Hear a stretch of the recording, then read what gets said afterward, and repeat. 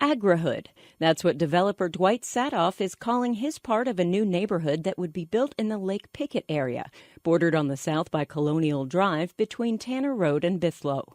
Under Saathoff's proposal, about 2,500 homes would surround a 9-acre farm along with other green-minded amenities, making it the first agrihood in Florida. But first, he'd have to get the agricultural land rezoned.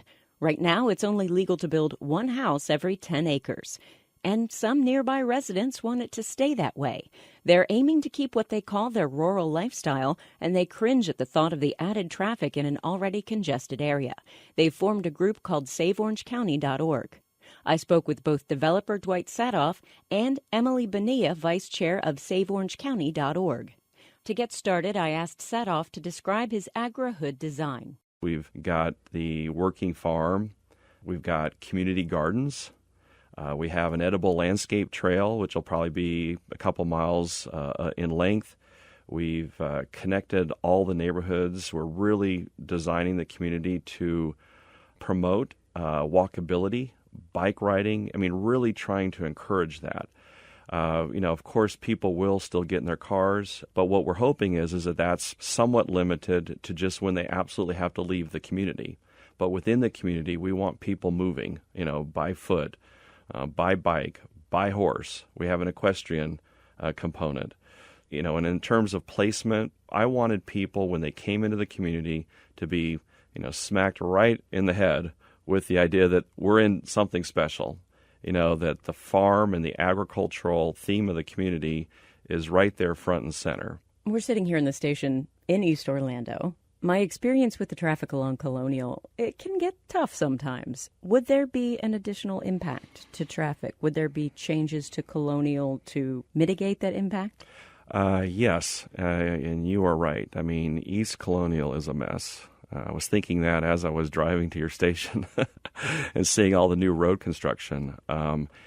So I may not be able to improve currently bad situations, but my goal, and I'm sure the county commission is going to hold my feet to this if I'm able to get approved, is just not make it worse. And so one of our key parts of our project is to 6-lane part of State Road 50, about a 2.2-mile part that's currently 4 lanes, but which the state currently has no plans whatsoever in their 10-year plan to widen. They want to widen it, and they're actually doing design, but they have no money to actually do the construction. There are some residents in the area that have some issues with your ideas.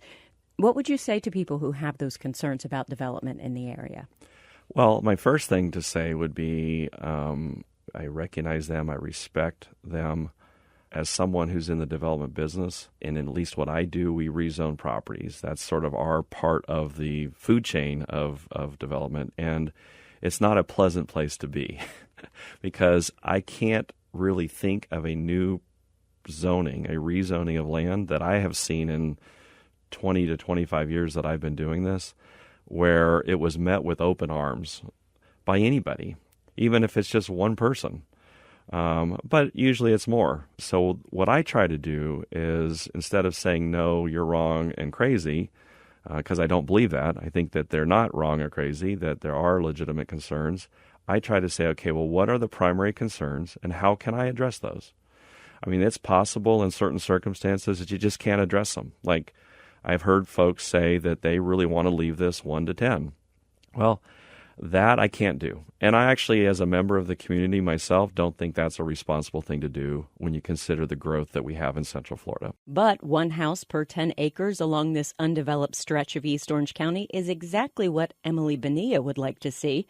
She's vice chair of SaveOrangeCounty.org. She says the group was brought together by the singular desire to keep the area just the way it is now, but its members are diverse. We have northerners from cities who moved here to get away from the city. They don't want the city following them.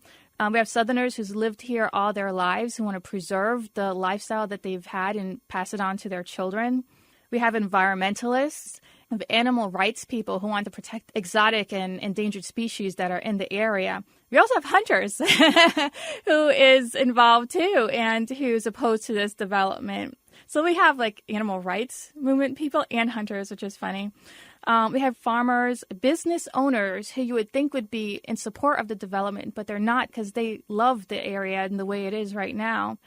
SaveOrangeCounty.org is a diverse group. It isn't just one issue, it's many. What do you say when you hear that there is a proposal to make Colonial Drive 3 lanes in each direction in that area to try and help with some of the traffic that development might bring in? We don't have the infrastructure right there right now to support these developments. So that's another issue, the traffic. We have the rural lifestyle, which we do want to preserve, and there's also the traffic issue.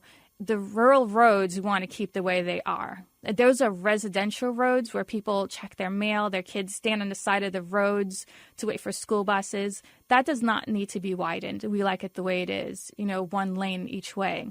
50, on the other hand, that needs to be widened. So we do want it to be widened to 3 lanes on each way so that it can help with the traffic that we currently have. If you go ahead and put these new developments in there at the densities they're requesting, 3 lanes isn't even going to be enough. We do know that Central Florida is growing, that there are a lot of new people moving here. What do you say to people who say, well, we need places to put them? I'm so happy you asked that question because there are plenty of places where they can develop right now. There's plenty of vacant land that's already zoned for what they want to do. So that's where they need to start the development. If we need homes, well, there's plenty of land there for them to develop. There's also still a lot of foreclosures and vacant homes. We still have a housing issue here.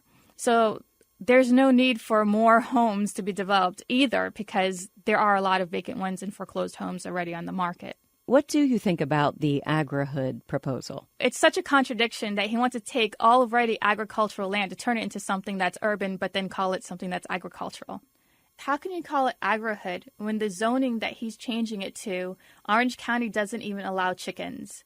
So you're going to live in an agri-hood, but you're not going to be allowed to own chickens, goats, or pigs, or anything like that. How is that agri-hood? What would you like to see happen with this land? Stay exactly the same, build a couple of more houses with the current zoning, complete change, all of the above, none of the above? I would love to see 10-acre properties out there, which it's already zoned for, where people can own a piece of the American dream. This suburban sprawl, it's taken away the American dream from a lot of people. That was Emily Bonilla of SaveOrangeCounty.org. Before that, we heard from agri-hood developer Dwight Saathoff. They're on opposite sides of a rezoning battle in East Orange County. County commissioners will hear from community members again before a vote. Nicole Creston, 90.7 News.